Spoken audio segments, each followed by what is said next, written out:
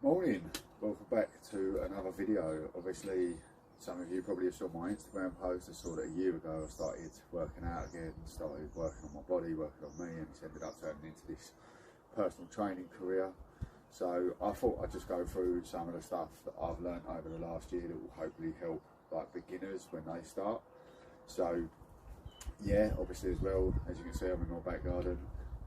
I am currently in isolation because my wife has COVID, so therefore I thought, well, do you know what, as I can't actually do a proper workout video or anything like that, I might as well do a bit of a talk.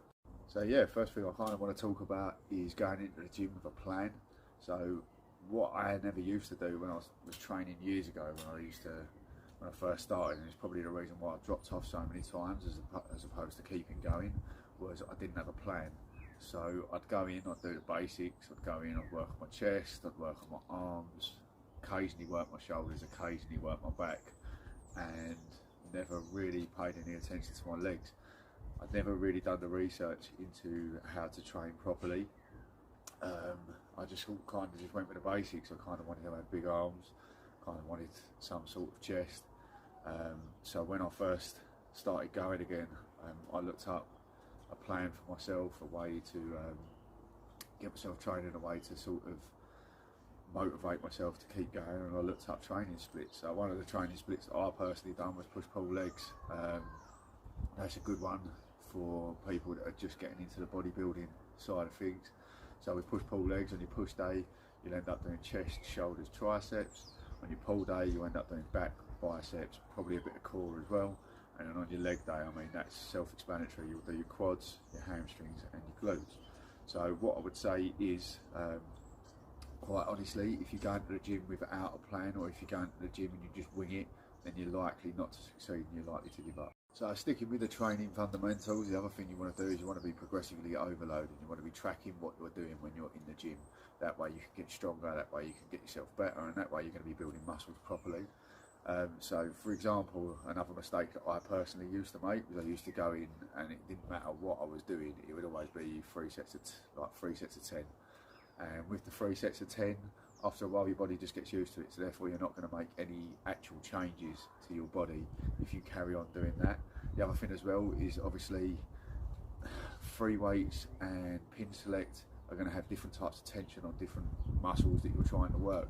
So for example, if I'm using dumbbells or I'm using a barbell, when I first start a rep range on an exercise, then I'll probably go like 3, maybe 4 sets of 8 on an exercise, and the last 2 I really want to be like pushing myself through failure. If I'm there and I'm at 8 sets and I'm quite comfortable with that, I'm not lifting enough weight. So there's that. And then if I'm using the cables, obviously, for example, on a side lateral raise, your arms are always under tension with a cable, but you want a slow and controlled movement. So you want to be sort of doing that. You don't want to be trying to, you know, fly your arms up, because you're not putting any actual tension on your shoulder when you're doing it. So again, my rep range for that will probably be more 10 to 15, because as I say, it's more under tension, but you've also got more control of the movement. Whereas with the dumbbell, with the free weight, you haven't got, obviously you learn to get the control, but when you're a beginner, you haven't got as much control as if you're using a machine. So yeah, as I say, the one thing you'd want to do is use progressive overload, as I've gone off on a bit of a tangent there. With progressive overload, what you do is you go in, you figure out your rep ranges, you figure out your sets, and you figure out your weight that you want to go to. And then basically, so let's just say you're doing a push day. So you go into the gym, you do 3 sets of 8 barbell bench press. Let's just say, for argument's sake, as a beginner, you're lifting 50 kilos. So that's 20 kilo bar, 15 plates either side. Let's just say you're that lucky and you can sort of start on that. Then when you go back to do chest again on a barbell bench press, well, the next time you want to be doing 3 sets of 9 at the same weight, and 3 sets of 10, 3 sets of 11, 3 sets of 12, so on, until that weight becomes very, very easy. And if it's becoming very, very easy, then you up the weight in micro increments. So maybe like 2.5 extra on each side, so you're only upping it by 5 kilos. And then you start again 3 times 8, 3 times 9, 3 times 10. And obviously as well with that, you might not have to go on such a massive rep range when you are going up, because your body's going to get stronger, but you do need to track what you're doing If you're not tracking what you're doing, then you're just going to stay stagnant, and eventually your body's just going to adapt to what you're doing. So yeah, make sure when you're training, you're using progressive overload. Another thing that I never really used to pay a lot of attention to was making sure I was engaging the right muscles at the right time. So basically my form for a lot of stuff wasn't necessarily correct. So for example, for a beginner with a bicep curl, I mean, let's just say bicep curl because that's probably the most popular with males, right? Is they want to come in, they want to get the big biceps, they want to be flexing, they want a massive pump, right? So then they'll come in, they'll load the weight up, and they'll end up doing a bicep curl like this. So they're not even, what they're doing is they're putting all their back into it whilst they're trying to work. What you want to do is you want to engage your core. You want to basically, you just want the arm, you want the bicep to do the work. So you just isolate it slowly, just like this. You just isolate it slowly and bring it up. And what you want to do is you want to squeeze at the top of the movement, come down. It's all about the tempo. It's all about engaging the muscle that you want to engage. As I say, as a beginner, there was probably a lot of movements that I didn't learn the correct form with. Deadlift definitely being one of them. Deadlift is a very, very complicated lift, but I'd just go in there and try and load the weight and pull it up, and I'll probably hurt my back more often than I was successful in lifting. So yeah, the one thing you want to do when you're going to the gym is make sure you are doing the right movements for each one. Make sure you're using a full range of motion, make sure that you're engaging the right muscles, and make sure that you're not just trying to rush through it to get it done. The thing is, right, so when it comes to weight training especially, you want a decent tempo whilst you're doing the weights. If you're there just trying to rush to get through, then you're not actually stimulating the muscle that you're trying to grow. In fact, you're not putting enough tension on that muscle, so therefore it could take longer for you to do it. So another thing that I used to never really do when I went into the gym was I never used to incorporate compound movements. Now, a compound movement is where you're going to be using more than one muscle group to perform the movement. So let's say for example, on the bench press, that's obviously mainly is to hit your chest, especially your lower chest here, but you are going to be putting pressure on your front delt, and you're going to be putting pressure on your bicep, on your tricep, sorry. Now, when you go to a gym and you start working out and you start strength training, you start muscle building, bodybuilding, you want to definitely be incorporating compound movements, because you're actually going to stimulate more muscle growth with your compound movements than you are isolation movements. And also with that, you want to be building your strength up using them compound movements. There's many compound movements you can use. You have squat, you have deadlift, you have bench press, you have hip thrusts, you have pull-ups. There is a lot of movements. They're just a few examples, but you want to be incorporating that into your training. If you're not incorporating that into your training, and you're just trying to do isolation exercises, you're not going to get to your goal as quickly as what you'd like to. So another thing that I never really used to pay attention to, and I didn't really do a lot of, is cardio. Now, I've lost 3 stone in the last 12 months. Lost a lot of body fat. I've still got some body fat to go. I'm not going to sit here and pretend I've got a 6-pack under there, but cardio used to be ignored a hell of a lot by me.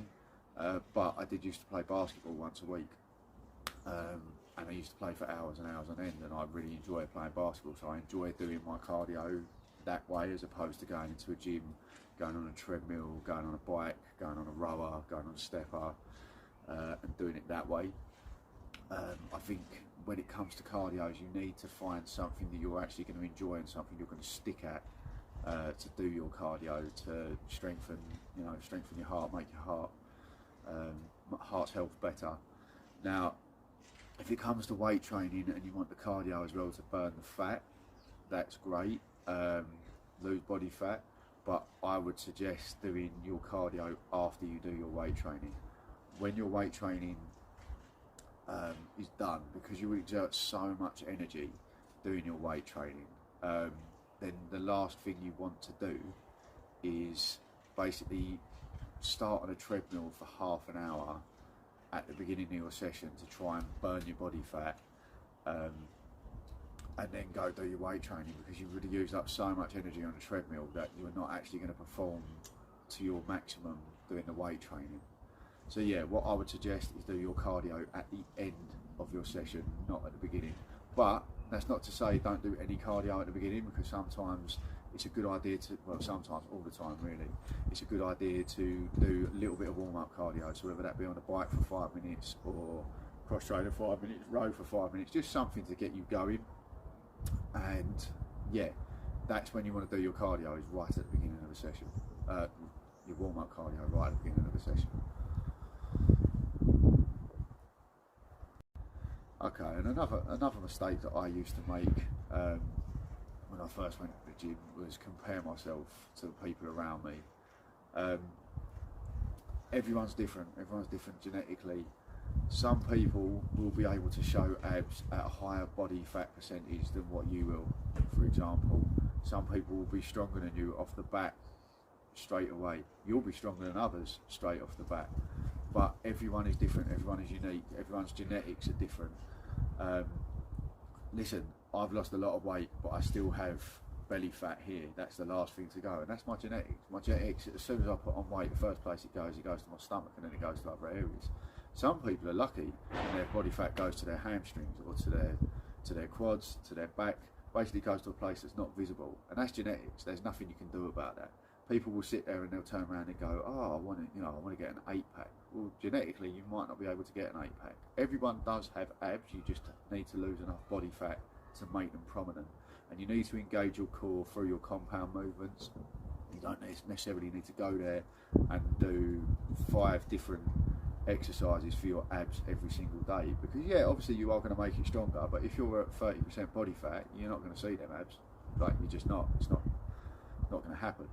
So, yeah, one thing that I would definitely say is don't go into the gym and compare yourself to that guy who's in perfect shape, or don't sit there and look down on the people that are just at the beginning of their journey. We're all at different places.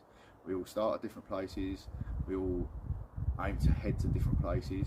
It's absolutely good to have a goal and where you want to go, but you don't want to sit there and compare the quickness of your journey compared to the quickness of someone else's journey.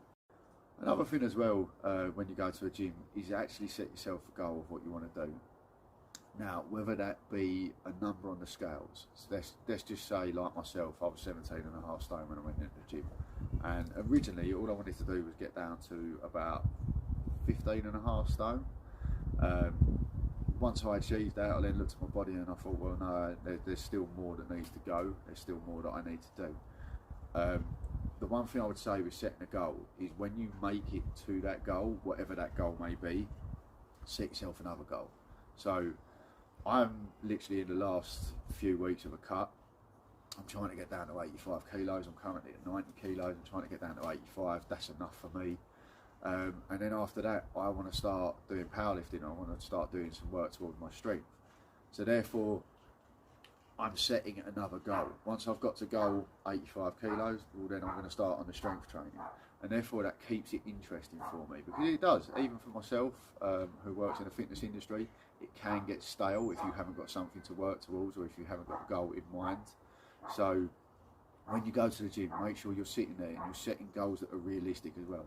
The other thing as well, you don't want to go into a gym with a goal in mind. Again, I was 17.5 stone. There's no point in me going to the gym and going, right, I want to get down to 12.5 stone in 3 months. Yeah, I could probably do it if I starved myself. I could probably get to that point. But let's be a bit more realistic. Let's sort of set some realistic goals. Let's turn around and say, all right, I was 17.5 stone. I would like to lose a stone in 3 months. Well, there's not so much pressure on me then, and it's very achievable to do that. So when it comes to setting goals, be realistic.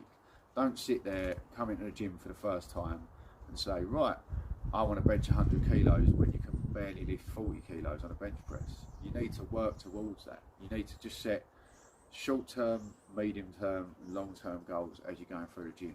Once you've reached them goals, you then want to set more goals. You just want to keep challenging yourself every time you go to a gym. Well, look, thank you for listening. As I say, I probably have waffled on a bit. There's probably some of this stuff which you're all kind of sitting there going, John, you are waffling.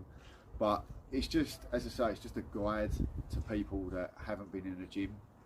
It's just a guide for people that want to start their fitness journey but don't really know where to start. As I say, I am a personal trainer, so if anyone is interested in using my services, you can find me on Instagram at JC versus me. JC versus me fitness, not even JC versus me. JC versus me fitness. I'm on Facebook at the same handle. And obviously you can find me on my YouTube channel, which is here, you've already here, and that again is JC versus me fitness. So look, again, thanks for listening to me waffling on. I hope you hit like, I hope you subscribe, and I'll see you again for another video. Peace.